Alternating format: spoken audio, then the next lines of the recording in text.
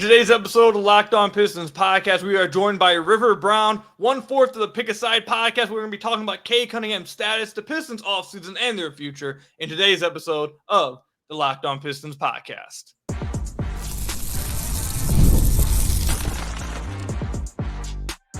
You are Locked On Pistons, your daily Detroit Pistons podcast, part of the Locked On Podcast Network, your team every day.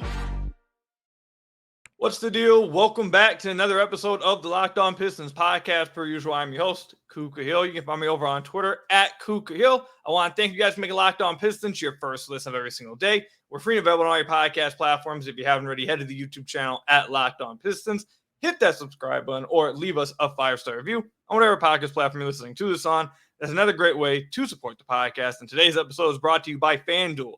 Make every moment more as the playoffs have winded down. The sports have obviously stopped sporting like we want them to. But this summer, FanDuel is hooking up all customers with a boost or a bonus daily. That's right. There's something for everyone every single day all summer long. Visit FanDuel.com to get started. You'll hear a little bit more about FanDuel a little bit later. But I'm excited for today's episode. We are joined, like I said in the cold open, by River Brown. You can find him over on Twitter at DuragRiv. Obviously, you guys will probably know him most from 1/4 of the PickASide podcast. He's also host of Riv Academy. Riv, I want to say this to you. First of all, thank you for coming onto the podcast, but I want to shout out your guys' PickASide podcast. I really enjoy your guys' podcast a ton watching, not only because I find it entertaining. I think everyone probably will immediately recognize the KD rant that you happen to go on. But one of the main reasons why I really like your guys' podcast is that not only are you guys all, entertaining, but I feel like a lot of times when people are trying to have like a national podcast and not just specified on one state, like Locked On Pistons is just about the Pistons.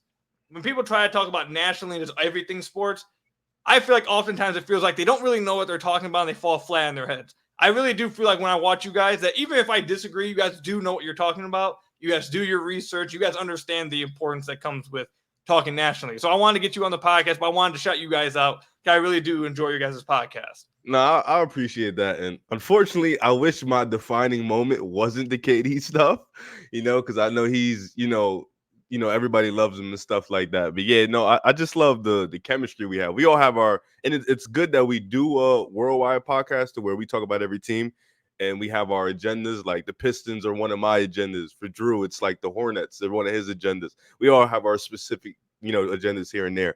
But it's nice that other teams get that kind of feel of just talking about their teams, because we always talk about the Lakers, the Clippers, the Knicks. We don't really get to talk about every team. So it's definitely a breath of fresh air. Yeah, and I think fans are one of the main things I like to do on the podcast is get outside perspectives on the Pistons, because obviously I feel like in a community, you're probably either going to hear either too negative or too positive of a take. It's going to be hard to find a balanced one. So that's why I like to get outside perspective. So let's go ahead and jump right into it. Like you mentioned, I have seen you talk about the Pistons a few times. I have seen you talk about, and not just you, but you guys on the podcast, Cade Cunningham. I've seen you guys talk about it on Twitter a little bit.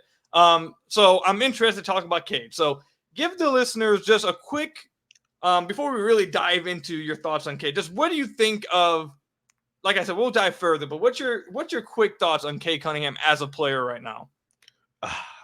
Right now, see, Cade is a great player to me. Like, I don't think nobody can take that. Like, I've been watching Cade since Montverde days. Like, I watch high school, I watch college, I watched him at Oklahoma State.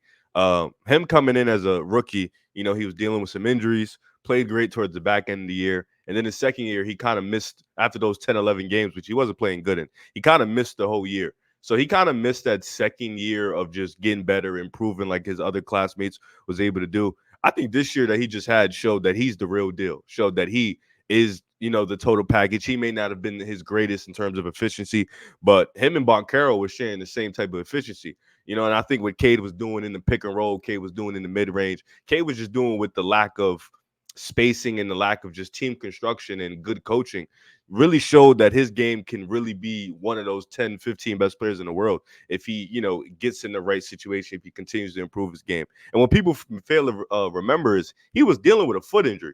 He's been dealing with that foot injury for a couple years, probably since Oklahoma State, if I remember correctly.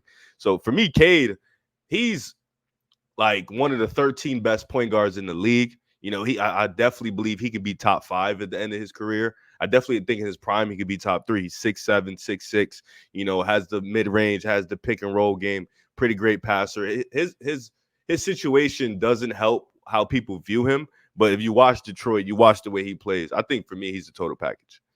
So to go along with that, the Pistons did just sign him to that rookie max this offseason. He's one of a few players who got signed to that rookie max from his draft class. Do you believe that he deserves it? And do you think he can? I mean, I kind of feel like I know your answer is going to be based off what you just said, but obviously once you sign that contract, expectations elevate. You have a bunch of pressure on you. A lot of fans, even fans who like Cade, are saying, okay, can you live up to this? Can you be what we need you to be with this contract now? What do you think about the Pistons giving him that rookie max? I think the max put him in a tough position. I think it put him in a tough position because if you watched, Scotty, you watch Wagner get paid, you watch these other guys, they're in not Scotty per se, but just talking about Wagner, he's in a bit of a better situation with his team in terms of competing and, being able to just play next to Boncaro. With Cade, you get that type of money, like you just mentioned it. Now the franchise is like, all right, we pay you for what you can be. We need you to lead us to the promised land, whether it be multiple playoff series or just getting to the finals. I think for Detroit, it's just about being a consistent playoff team because they've been in the dump for a long time. And it's just about getting to the playoffs. I think for Cade, that contract he deserves, but it puts him in such a tough position because the team hasn't been constructed the way you wanted it to be in his first 3 seasons. And then on top of that, now you're putting all this pressure, and you have yet to figure out how this team is going to be ran in the next couple of years. So we'll get into the team's build and what they've done this offseason a little later. But to stay on Cade, so obviously I'm someone who's very high on Cade. I think his ceiling is through the roof. I think he has a ways to get there. But like you mentioned, a 6'6", 6'7" guard, your primary initiator, allows you to kind of play with versatility and size defensively if you go that route.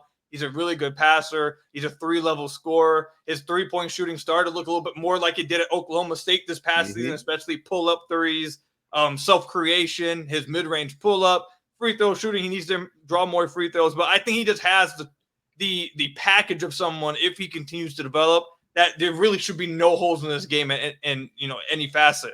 What is one area you think, or maybe you have more than one area, but what is an area you believe Cade needs to be working on this offseason that you feel like, okay, I like Cade, but he has to get better here if he's going to get to where he wants to get to? I think for me, it's 2 things. I think it's more burst going to the rim. I do think he's a little bit slow, or he plays a little bit too much slow pace. I think he definitely needs burst going to the rim. And then the other thing would be, which I think this is the biggest factor, I think it's his handle in creation.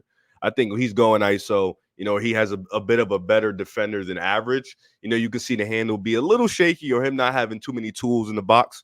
We know these guards nowadays, you have all the tools in the box. You have all these counters, all these moves, handles. I think Cade needs to work on that. If he can do that with those two, I agree with you. The 3-level scoring is going to be there because the mid-range has already been perfected, in my opinion. He can get to the rim. It's just, a lot of times, in my opinion, they didn't call fouls, or he just didn't get there fast enough to where he couldn't finish over contact. And like you mentioned, the 3-ball is getting there, like we've seen it from Oklahoma State towards the end of the year. But I think for me, it's definitely would be the burst and the handles. If the handles can really get to that type of level a lot more quicker, a lot more elusive with it, and he can have a little bit better counters, I think those are the moves he can make to be that real legit 3-level scorer. So you had a different answer than I think I had about I don't know if many other people have had that answer you have, but I agree with it. Just some numbers to back up what you said. This past year, I mean, this is kind of crazy to look at it, but this past year, Cade had 672 possessions as a pick and roll ball handler. Oh my God. The next closest one was Spot Up at 211. So he had a 400 difference. He's a pick and roll, just that's crazy how many possessions. Pick and roll merchant, man. Yes. But in isolation, he only had 125 possessions, and he was in the 29th percentile according to Synergy. I do think what you're saying is fair, especially with the burst. And I had his trainer, Ashton, the trainer, on the podcast just I think 2 weeks ago, his cousin. And he spoke with me throughout the offseason, and he said on the podcast as well that they're working on explosiveness. They want his conditioning, and they're working on explosiveness. So I think he's aware of that. It's one of the reasons why I'm a big believer in Cade, because he's very self-aware. His team is very self-aware. But knowing that that's something that they're working on, I haven't really heard anybody. I've heard them talk about the explosiveness when it comes to the overall finishes at the rim. Maybe him being more explosive around there can help him finish better. But I haven't heard people really dive into it like you did just now, saying, hey, if he can get a little bit quicker, a little bit more burst in isolation, that can really help with his overall scoring ability. I think maybe that had to do with the fact that Pistons just didn't find themselves, asking him to isolate too much. Mm-hmm. Like a lot of his offense was just straight up pick and roll like we saw. So he didn't isolate too much. And maybe that is because he's not that great of a pure isolation player at this point. But I agree, he does need to get to that point, especially against mismatches where he can make them pay, get to the rim, and draw free throws, which drawing free throws would probably be number 1 or 2 for me. Oh, yeah. For Cade. Because if you watching him from Oklahoma State to now, he just seems a bit slower. And it could be the foot injury that he was dealing with. I'm not going to say it wasn't, but he just now it looks like you mentioned, they do run a lot of pick and rolls, and he is very much a pick and roll merchant. I'm not going to say he's not, but it does work for them to a degree. But at the same time, when you watched him in one-on-one situation, or you watch him come off the pick and roll and kind of get to the rim, he just looks a little bit slow. And maybe because he is 6'6", 6'7", because he's bigger than a lot of other guards. But I'm glad that the trainer came up and said that he's working on that, because if he can get that in the bag, it's over. Yeah, I talk. I'm really close with his trainer, and I had his brother actually, Cade Cunningham, on the podcast last summer, and we've talked about this before. He came on the podcast, and they were like asking that, he was like, I think we're going to see a lot more posters this year. And he started sending me clips.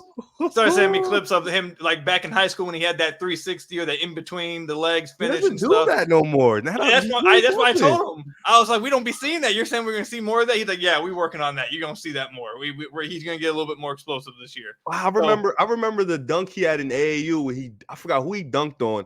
He pointed at the dude, hit him with the head tie. He doesn't do that no more. Now that I'm thinking about it, I don't really see him get posters like that no more, man. He don't. It's not really a part of his game, but I do think that I agree. Like I said, I think he needs to get more explosive. I think he's going to get more explosive.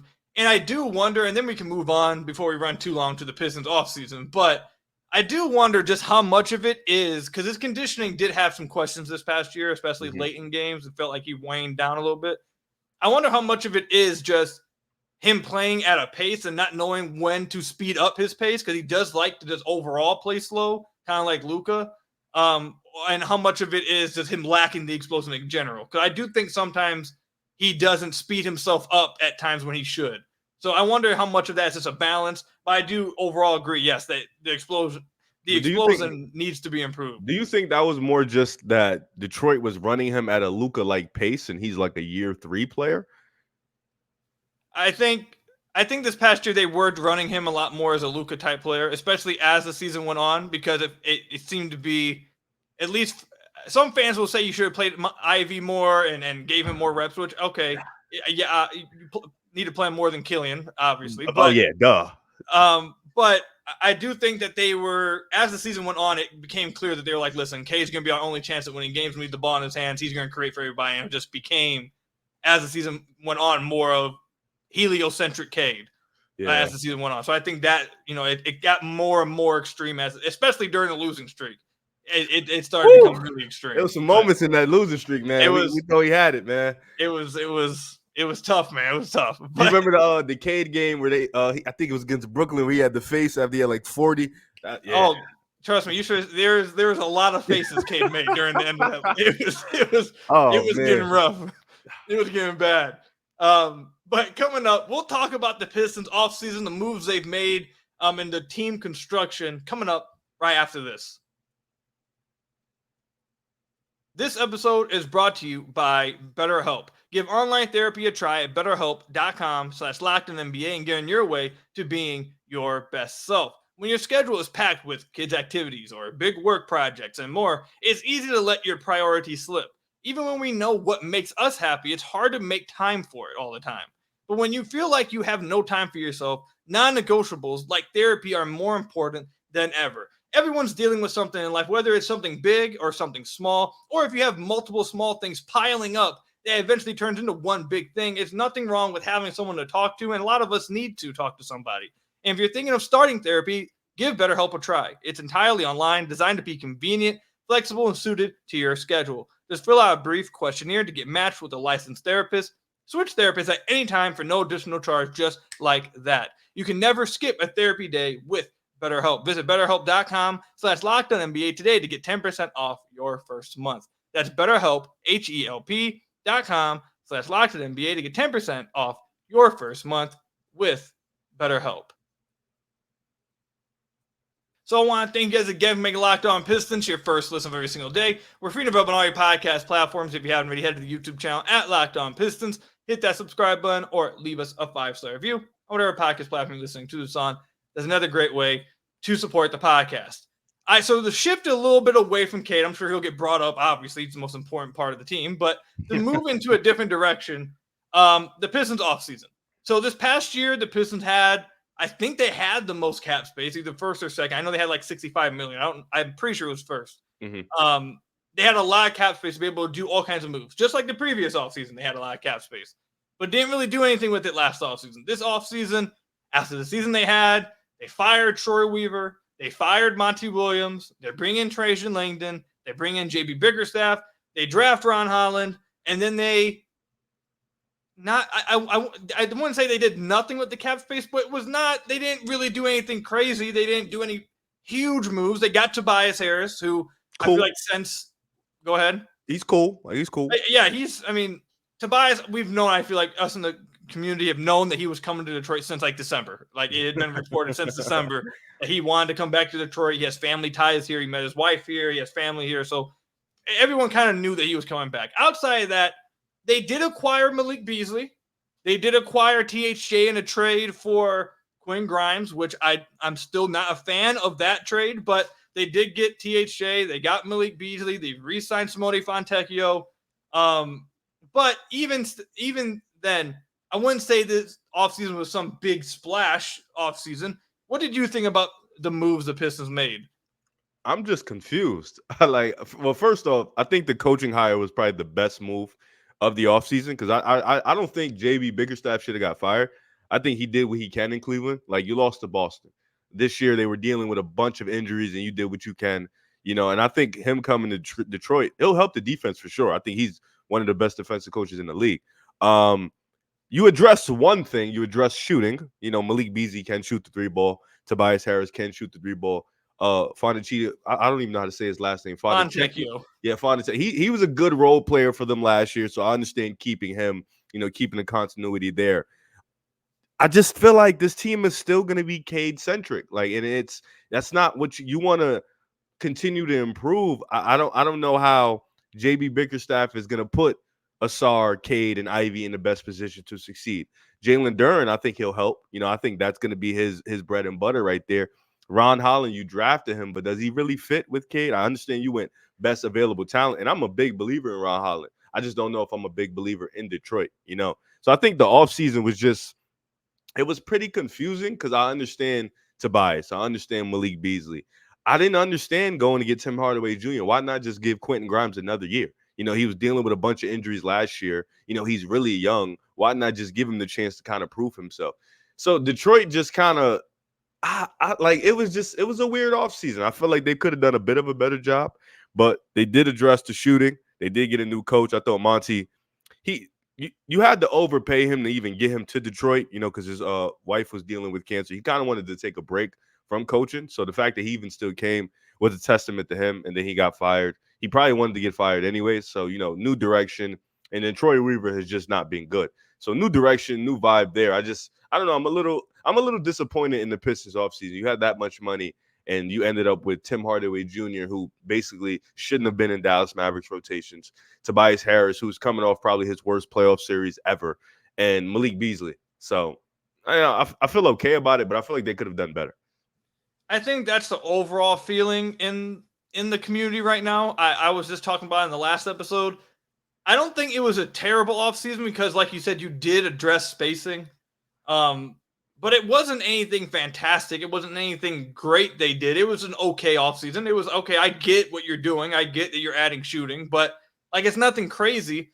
I think it really boils down to this. I want to ask you about it. You mentioned that you think they're still going to be Cade-centric. I in agreement with that. Pistons fans and a lot of people listen to the podcast are going to push back against that because they're going to rebuttal you with this.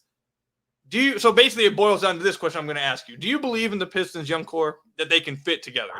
Not individually, because I think everyone likes all of them like individually as potential prospects. Do you think they can fit together? You know what's funny? Just last summer, I called this one of the 3 best young cores in the league, man. I called this young core special. You just got Asar. I believed in Ivy, especially towards the back end of last year. He was amazing. Jalen Duren. Now I'm looking at it like, you're right. That's a great question. Like, can they fit together? I don't know if Ivy and Cade can fit together. But did Monty, stunt Ivy's growth? That we can say yes, he did. So now, how do you fix Ivy? Jalen Duren, he was great defensively for 3 games, and that was the first 3 games of the season. Fell off a cliff since then. But I think Cade and Duren, I think they fit. I think you need Cade being the pick and roll guy he is. I think Duren would be the perfect big if his motor is right, if he's locked in. Asar Thompson, a guy who struggles mightily from the 3-point line, but can do damn near everything else inside the arc. Does he fit? I think the odd man out is going to be Ivy. And I believe that. I think Cade, Asar, Jalen Duren can fit. I don't know if Ron Holland can fit. That's a tricky one. But I think Jaden Ivey is going to be the odd guy out. Well, I asked that because I do think the pushback that you're going to get from some Pistons fans would be, oh, well, that's why they fired Monty, so Ivy can have the ball more. So I guess the question I should ask now is, do you still believe that Ivy can be that for the team? Because right now, there's not even right now, I'm not sure if he does start. He could be starting, but right now, I think the only positions that are locked right now, I think, are Cade, Tobias, and Duren. Everything else is fluid. We don't know what they're going to go with. So he could start, but maybe he doesn't. Do you believe Ivy should be or will be that guy for the team this year? Do you think they are making the right investment? Because it seems like this offseason more so, they could have traded some young guys and went and got some guys. They could have tried to go get BI. They could have went and tried to, do some bigger moves. But it speaks more to, for me, and what it seems like they're trying to do is we're going to give these young guys another chance this year with new coaching and spacing around them. We'll see what they look like to the deadline. And then at the deadline, we'll make a decision. Do you think that's a fair way to go about it? And do you think Ivy will play well? Do you think Ivy will prove to be a part of the core? Or do you think there's just better fits out there they should go get? No, if the idea is to let them figure it out, give them one more year, give them a coach that actually puts them in the right position, yes, I'm all for it. But if you're going to do what you did last year, plug Asar into a corner knowing he can't shoot threes all day and have Ivy lose minutes to Killian Hayes, then no, I'm not for it. I feel like if you're going to give these guys and maximize them at their best, potential and give them actual opportunity, I'm all for this core figuring out how to work. But if you're not going to do that, then how can I be all in? Like, I don't know what happened to where Killian Hayes was stealing minutes from Ivy. Maybe it was an effort thing, but that's a problem. Whether it's a coaching thing, a him thing, that's a legitimate issue because Killian Hayes got cut from a Olympic team. He's genuinely not good at basketball. So it's a figuring out process. But if you tell me that JB Bickerstaff is gonna put his all into this young core, I'm all for it. But I asked the fans this, do y'all believe Jaden Ivey is what we think he is? Because last year, not only did he lose minutes when he was in, he was extremely bad. Yeah, I'm one of those people who I'm not the biggest on Ivy any longer. I don't think that him and Cade are the best fit, but I do think that's going to be something they're going to try to figure out this season and see by the deadline. Not only him, but can Duren be better defensively? I think they're giving them to the deadline with this new team and new direction and new head coach.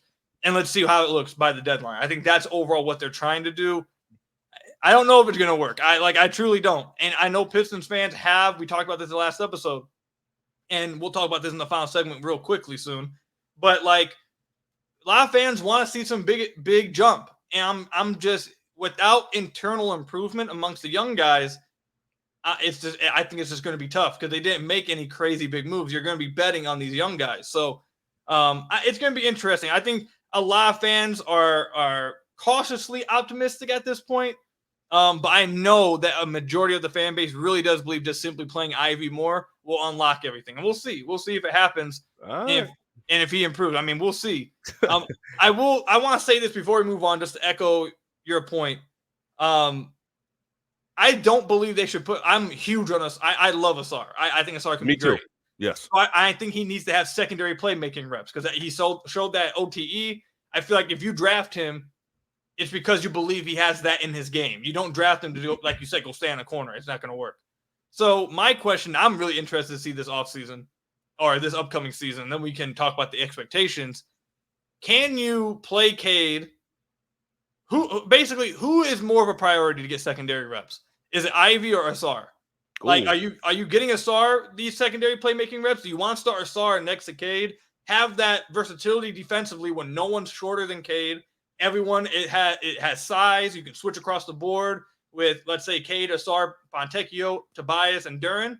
You want to go that route and then give Asar, who is probably higher in your pecking order when it comes to, who's more of a foundation, and give him that chance to be a secondary playmaker?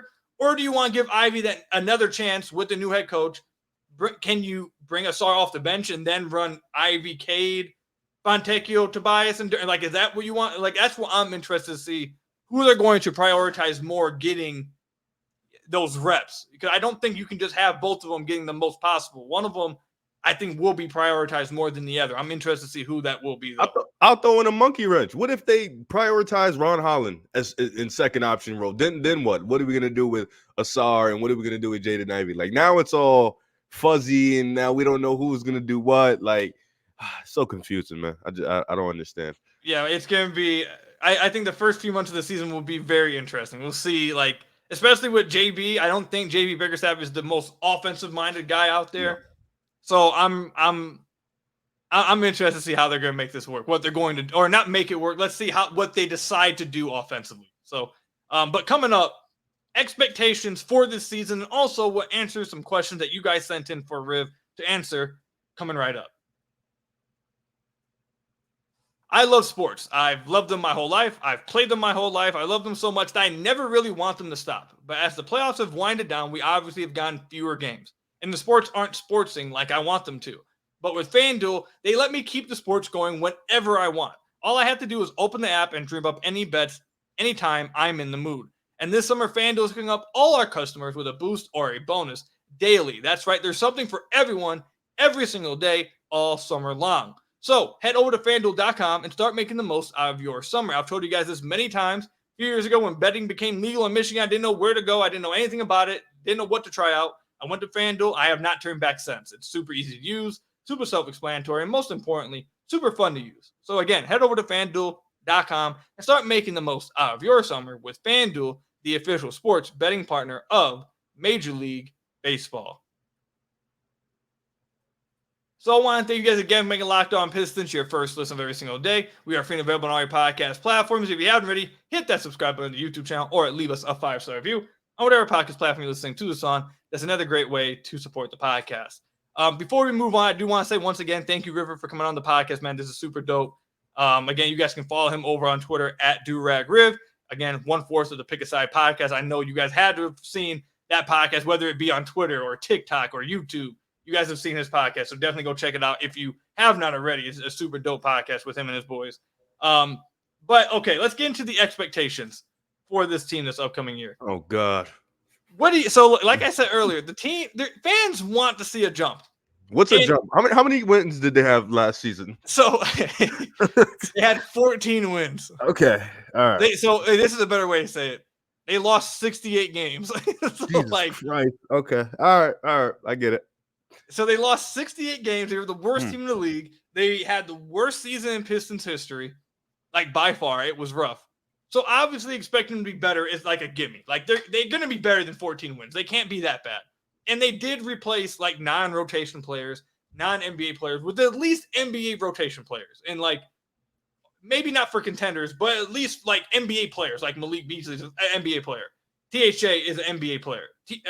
Tobias Harris, an NBA player. Like, they've replaced minutes for Livers or Killian Hayes or Malachi Flynn or Evan Fournier, or, like, these guys got their minutes replaced. And I'm sure some of the young guys like an Ivy and Asar or whoever might lose some of their minutes to guys that are, some of these guys they brought in so they can have functional NBA players on the floor at all times. So all that to say, they will be better than last season. But how much better do you think they can be this offseason or this upcoming season? Well, 14 wins, 68 losses. Jesus Christ. I mean, you got like you said, there's no way they're that bad again, right? But you definitely expect 25 to 30 not even you expect 30 wins. Like this is ridiculous. You need some semblance of competition, competitive basketball. And you said something before we went to this segment. You talked about Asar Thompson. And I think he is the perfect JB player. I think he's the perfect wing prototype. If you're just talking defense, can guard literally 1 through 5, can play the passing lanes extremely well, can defend in space, can defend in the pick and roll, can recover in space really well. You just need that jump. And you know, I've watched him and his brothers off-season workouts like all the time in OTE. So they work out extremely hard. You need that jump in offense. And like you mentioned, they've replaced guys, you know, with guys who can play basketball. Tobias Harris, we expect him to start, you know, at least getting 28 to 30 minutes at the power forward spot or the small forward spot, whatever it is. Probably the power forward to give more spacing. So who starts at that 2 and 3 is going to be tricky. I assume Duren is going to be locked in at the 5, and then you got Cade at the 1. So expectations for this team is 30 wins, in my opinion. You need to get to 30 wins. You need to be competitive, especially in the East that really isn't. It's good, but it's not this groundbreaking conference. And last year there were games where you were in it. Like there were games where you had opportunities where you could have won. So I think you have to just, and it's tough to do this, but you have to bank on all your young players coming back and improving on their games. You have to bank on Bickerstaff improving his defense. You didn't really get any vets in the offseason. That's kind of a tough cookie to crack. But at the same time, you got spacing like we mentioned before. So for me, expectations is 30 wins, competitive basketball. I hope Cade makes an all-star game. He deserves it this year. You know, you expect Asar Thompson to reach a level of defensive teams. Like those type of expectations you should be expected from this team. So you mentioned Cade. This is like the main.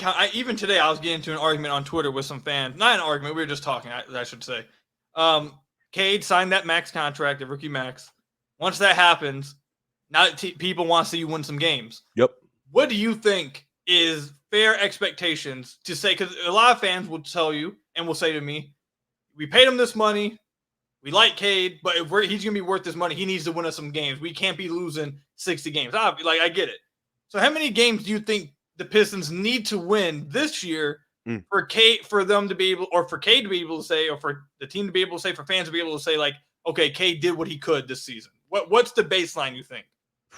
Damn, that's a tough baseline. You know, I think it won't be answered this year, no matter how many games they win. I think that question will be answered maybe next year or the year after. If Cade can just get them if he can get them into the playoffs twice, I think, because it's a yes, I understand you get this money, you have to do something. I get that part. At the same time, you have to look at the front office and say, well, they're not doing their jobs either. You know, it's kind of a two-man horse thing. If your franchise player continues to improve, then your front office needs to improve too. If your front office doesn't improve, then there's only so much Cade can do. Cade isn't LeBron. You know, like we're expecting LeBron-like things, and it's just he's not that type of player. He isn't Luka either.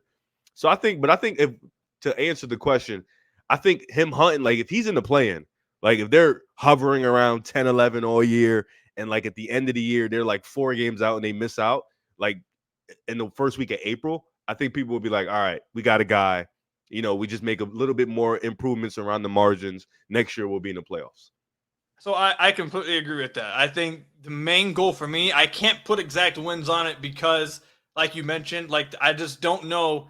A lot of the Pistons offseason is going to be, or this season is going to be banking on young guys getting better. And if those young guys don't get better, it's just like there's only so much you can do with this roster at this. And like you mentioned, I don't think Cade's LeBron. Like he's not like a top 5 player right now. Like that's not the kind of impact he's going to have. But if this team can be playing actual meaningful games at the end of the year where they're not resting guys aren't sitting with fake injuries or supposed injuries so they can like tank again. Like as long as that isn't happening and they're fighting for the play-in at the end of the year, I think they had a fine season according to expectations. Last question when it comes to expectations, and then we'll answer some questions that people sent in that they want to hear from, or answers they want to hear from you.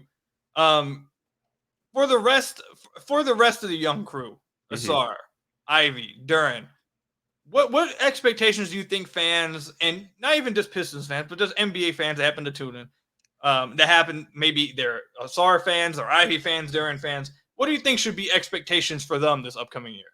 Okay. I think to start off with Asar, because we talked about him a little bit, I think me and you are on the same page of just loving him as a prospect, as a player, loving his potential.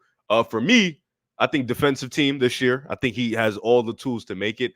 And of course, that shooting, which is going to be an every year thing for him, just continuously improving the shooting. Not even being a 40% 3-point shooter. I'm not even asking for that. Just not a lot of air balls like you did last year. You shot a lot of air balls.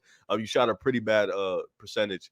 Jaden Ivey just being more in control. I think he's a little bit erratic. He kind of has that Westbrook in him when he's sort of out of walk, out of sync sometimes. Just being more in control of your basketball ability, being more at pace, controlling the outcome of, possessions with your type of basketball ability. Like sometimes he'll go in a fast break and it's like a 1-on-3 and he's just like, well, I'm athletic. I can get this over. And it's like, nah, that's, relax.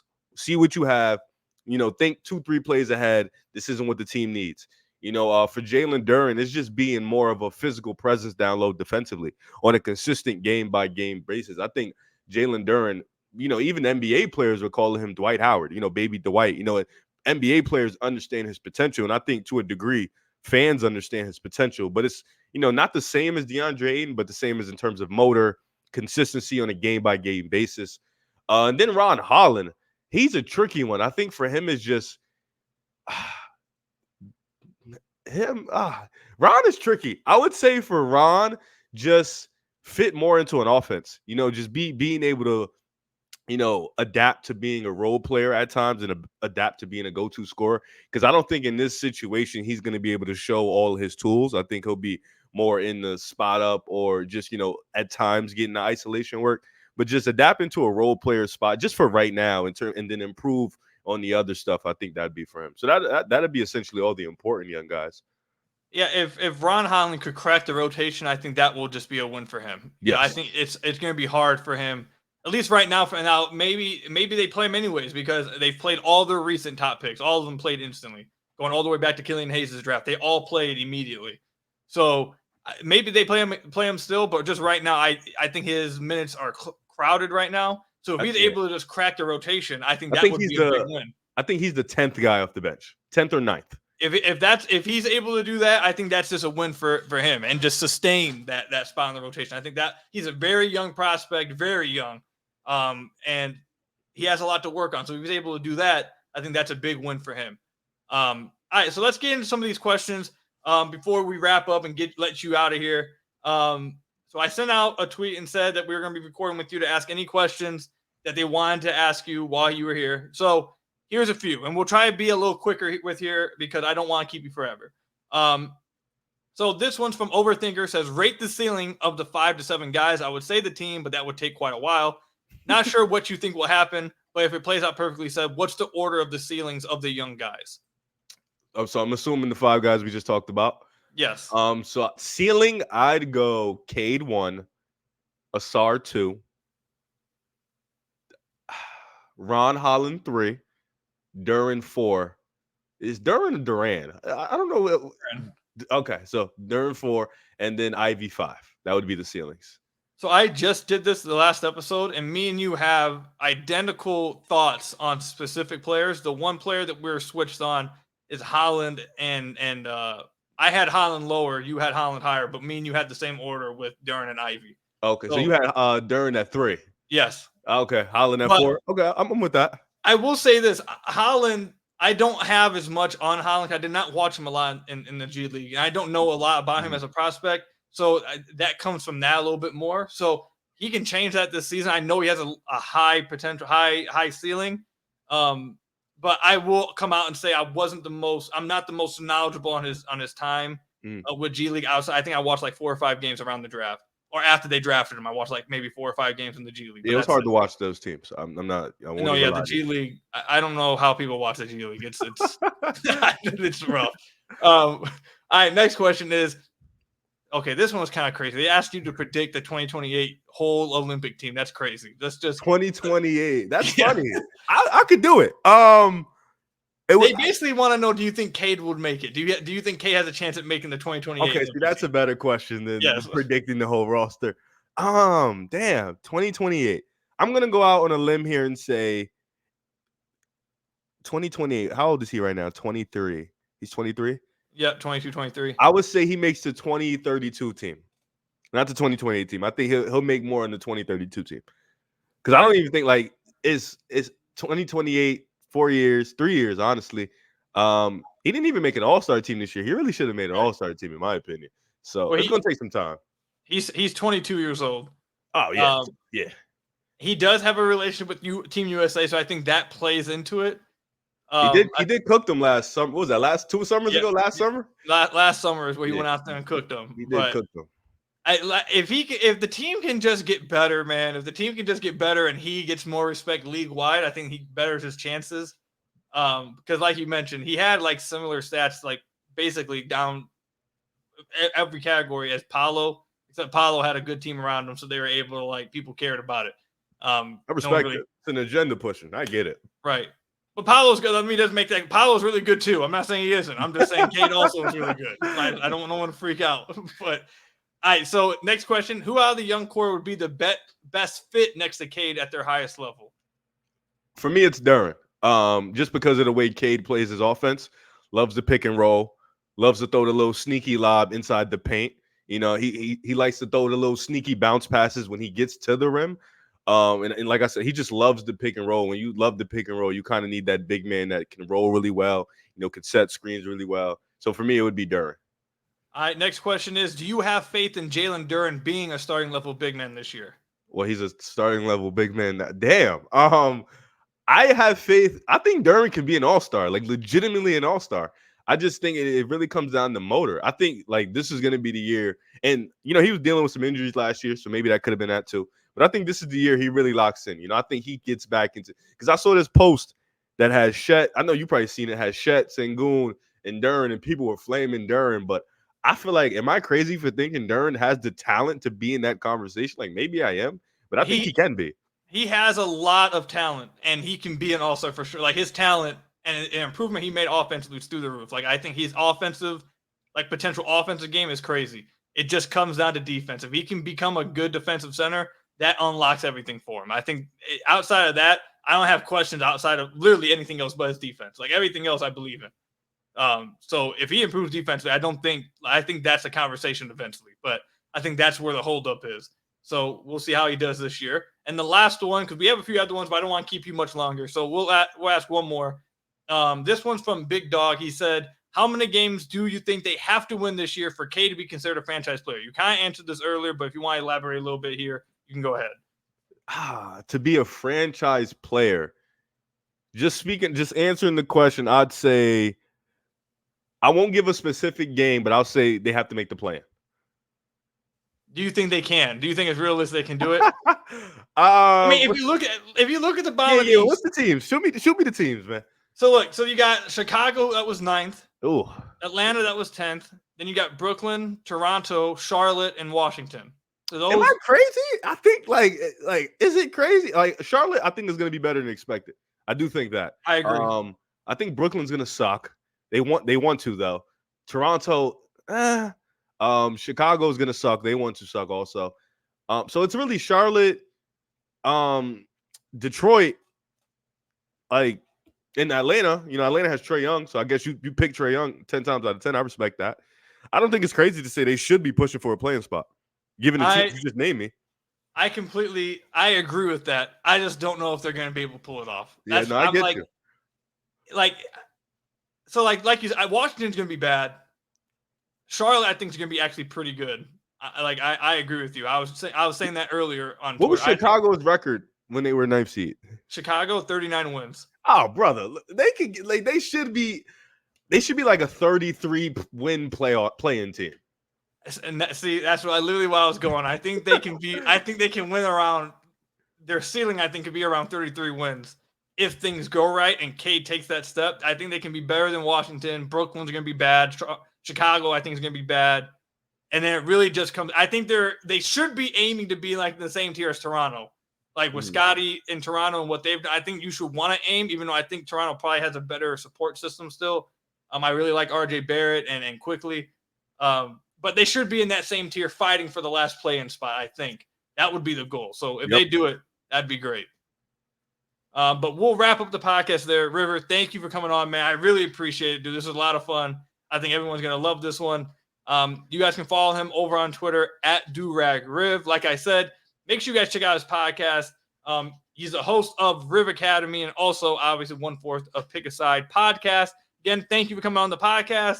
I appreciate all of you guys making Locked On Pistons your first listen of every single day. If you're available on all your podcast platforms, hit that subscribe button to the YouTube channel. Leave us a 5-star review on whatever podcast platform you're listening to this on. Until next time, I'll see you guys later. Till next time, peace out.